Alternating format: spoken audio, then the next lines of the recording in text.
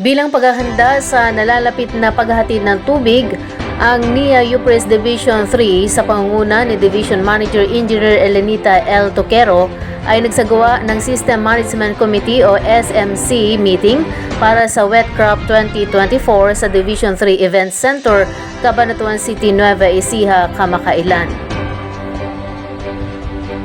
Ang pulong ng SMC ay isang regular na aktibidad na isinasagawa ng opisina bago ang bawat panahon ng pagtatanim ay nakatuon sa mga plano at programa ng NIA na naglalayong makinabang ang mga magsasaka benepisyaryo nito.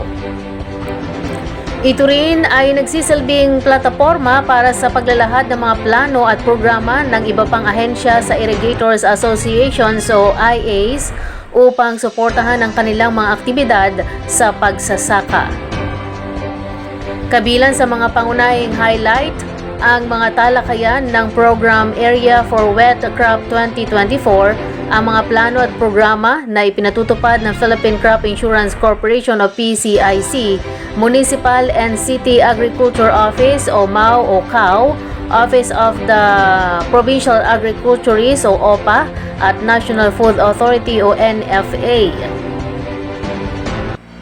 Matapos ang programa, lahat ng 148 AI ay nakatanggap ng kani-kanilang insentibo na nagkakahalaga ng 500 pesos kada hektarya ng irigasyon na lupa at ang kanilang Operation and Maintenance o ONM remuneration.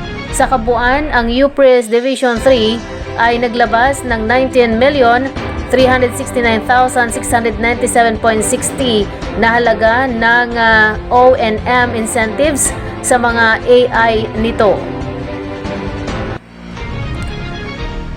Ang kabayaran at insentibo ay naglalayong magsilbing tulong pinansyal sa mga asosasyon para sa regular na operasyon at pagpapanatili ng mga aktibidad.